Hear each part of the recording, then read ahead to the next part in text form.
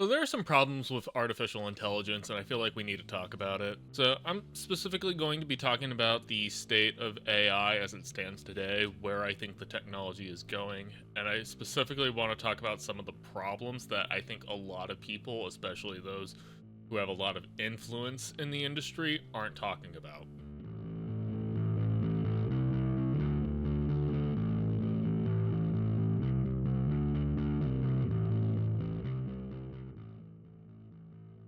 Now, to start, I want to make a quick disclosure. I am not an expert when it comes to artificial intelligence. I just play one on the internet, much like a lot of other people do. So take what I say in this video with as much salt as you need to make it palatable. AI has basically dominated the headlines this year, and it's probably still going to be a very big topic, maybe still the biggest topic going into 2025. And a lot of that has to do with the fact that this year has been the year where basically this technology has become prime time. It's literally been everywhere. It has been part of numerous marketing campaigns, people touting AI powered features on some of their products. You're seeing job postings all over the place asking candidates to be familiar with AI tools and not giving any explanation of what that means. Go figure. And we're also seeing it get implemented in social media, not just on social media content, but on different features that some social media platforms use. And the thing that I'm specifically finding is based on conversations that I have with different people is that the enthusiasm for AI depends very greatly on who you're talking to. I think people who have more of an IT background and are more techie, quote unquote, use it as a way to kind of boost productivity and just kind of let it automate things in its life that they don't want to deal with, which is very IT and techie for people to do. I find that the bean counters of different companies, people who are in C-suite or maybe just very concerned about the bottom line, are looking at it as a avenue to cut cost. And then there are people who are in the position that I am in as a creative who basically see AI as a very real threat. Very much because there are people who specifically are very concerned about money, wanting to cut cost, and one of the ways that AI is trying to cut costs is by basically trying to make creatives obsolete. There are some things that we really need to remember about AI as we're having this conversation. For starters, this isn't the sci-fi cyberpunk AI that is completely self-aware and is going to decide to launch all the nukes because it spent 5 minutes on the internet and decided that humanity sucks. However, the version of AI that we do have still has some really weird dystopian vibes that we're going to get into a little bit more later. AI is really, when you look at it, just an iteration of technology that we've already had. It's at its base just a very sophisticated algorithm, and we've talked about algorithms basically a lot over the last several years, and specifically, it's still just operating as an algorithm. It takes in data, spits out an output. It basically just has a larger set and a more sophisticated way of going through that data, but at the end of the day, that's all it's doing is taking in data and spitting out data. And I think one of the main things that hasn't really been talked about by the powers that be as they've been implementing AI is specifically the problems that AI has caused. AI in a lot of ways has made searching on the internet even worse. It makes people second guess the kind of content that they're viewing online. And most importantly, there's a lot of companies that have basically fired entire staffs, replaced them with AI, and the AI is doing things that are inherently just horrible. And I think it's going to cause problems for those companies in the long run. So, if AI is causing so many problems, why is there so much hype around it? Well, that's really just kind of how the technology industry works. If we compare this to previous tech bubbles, which we have seen numerous over the decades, like this is just kind of the same thing repeating itself. We saw this with the dot-com era. We saw this when there was an app for everything. We saw this when we put Wi-Fi in refrigerators and toasters. We also saw this when everything had to become a quote-unquote smart device. There is this weird thing that happens in tech where there is a new sexy in the industry, and then everybody has to find out a way how to implement it because it becomes a buzzword. They have to have it, and that's where AI is right now. Everybody has to say that they're using AI, that they have an AI solution, that AI is somehow a part of their business or industry without really thinking about what that means and what that actually looks like. And technology does this very specifically because what they're trying to do is they're trying to sell the future, or at least the concept of the future. And we see this in numerous different aspects of the tech industry. We saw it with Google Glass, we've seen it with the metaverse and VR, we've seen all kinds of different stuff. We've seen it with crypto and NFTs. Them selling this idea of this is going to be the future of insert thing, and whether or not it actually does end up being the future depends on a couple of different factors. Can they get people to early adopt, and can it actually have some sort of actual function? And many different companies have done that to varying degrees of success and varying degrees of failure, if we're being completely honest. And a lot of the times whenever a new technology comes around and basically it does completely flop, the early adopters end up the ones getting screwed over by the fact that the future did not work out. I think the thing that's really leading the charge for the hype of AI has been generative AI. This is your ChatGPTs, your Soras, your image generators, things where people are filling out prompts and being produced some kind of content out of their prompt. The reason that this has been so much pushed to the forefront of this technology is because it is something that is actually tangible for people to look at and see. There is actually a result to the thing that's being pitched to them. I think one of the biggest problems with previous technologies like cryptocurrency and NFTs is that there was really no way to illustrate the value of it other than basically looking at it as a form of investment. But the problem with generative AI as it stands right now is, one, for the trained eye, it's very easy to catch and tell when something is AI generated content and not made by an actual person. Another problem that we are seeing with generative AI right now is it's lowering the barrier to entry for people to make deepfake content, or making things that look real to maybe the untrained eye or the untrained ear.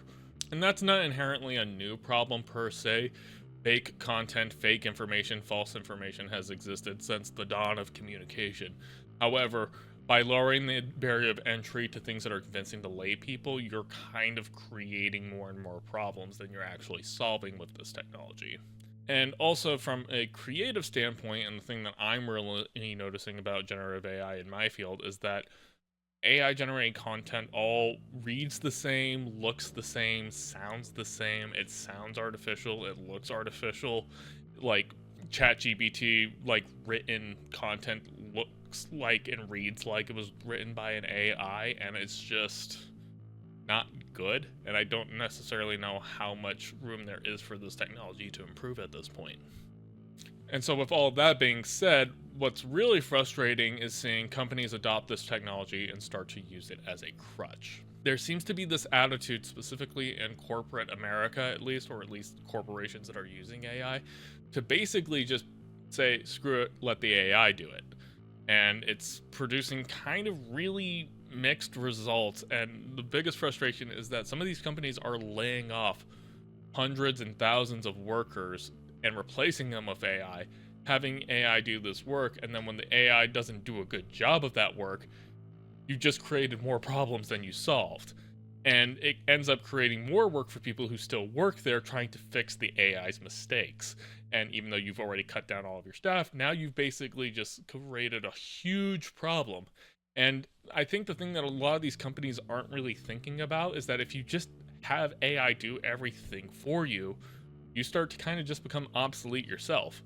I've worked in smaller firms and smaller places where basically they're just like, oh, we'll just have AI do this, we'll just have AI do that. And then eventually it's just like, okay, well, if AI is doing all this stuff, what exactly are you doing?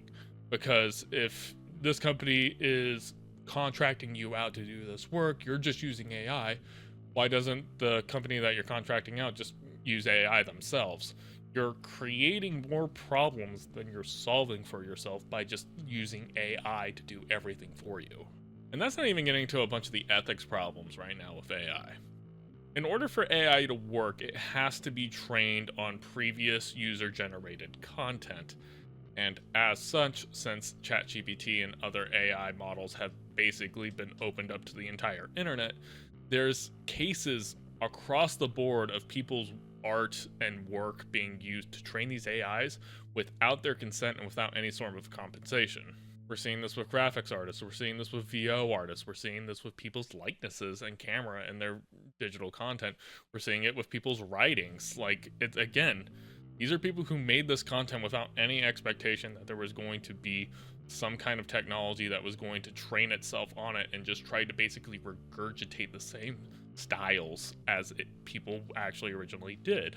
And one of the problems that we're seeing off of this too is that AI is training itself on its own content that it's generating, and so it's homogenizing creativity. And as more people use AI to replace the creative workforce of graphic designers, copywriters, videographers, photographers, we're seeing that basically everything's starting to kind of look the same when it's generated by an AI, leading to the industry basically becoming creatively bankrupt at this point. Now, all these problems that I have brought up aren't inherently new problems, and they're things that have been talked about in the zeitgeist of this new technology.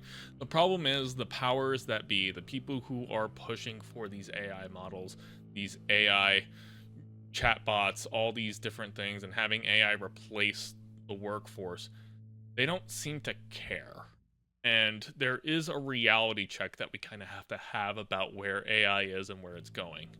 The biggest problem is, unlike a lot of other things like I mentioned in previous tech worlds where there's a new buzzword that everybody's trying to copy, I think AI is here to stay, and it's going to keep going. And one of the things that I am specifically expecting to happen is that a lot of these trends that I've been talking about, of them firing creatives, creating more problems with themselves, people becoming over reliant on AI technology, basically making themselves obsolete, are going to get way, way worse before they start to get better. There is going to be a point where I think it is going to get better.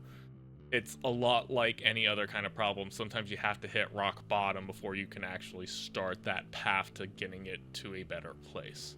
What I think will eventually happen is that there will be a more subtle implementation of AI that makes sense for how people want to use them. The problem is we're very much in this weird experimental phase where people are basically having AI do everything without necessarily thinking about what AI is good at. The problem is we're going to have to deal with a lot of those growing pains.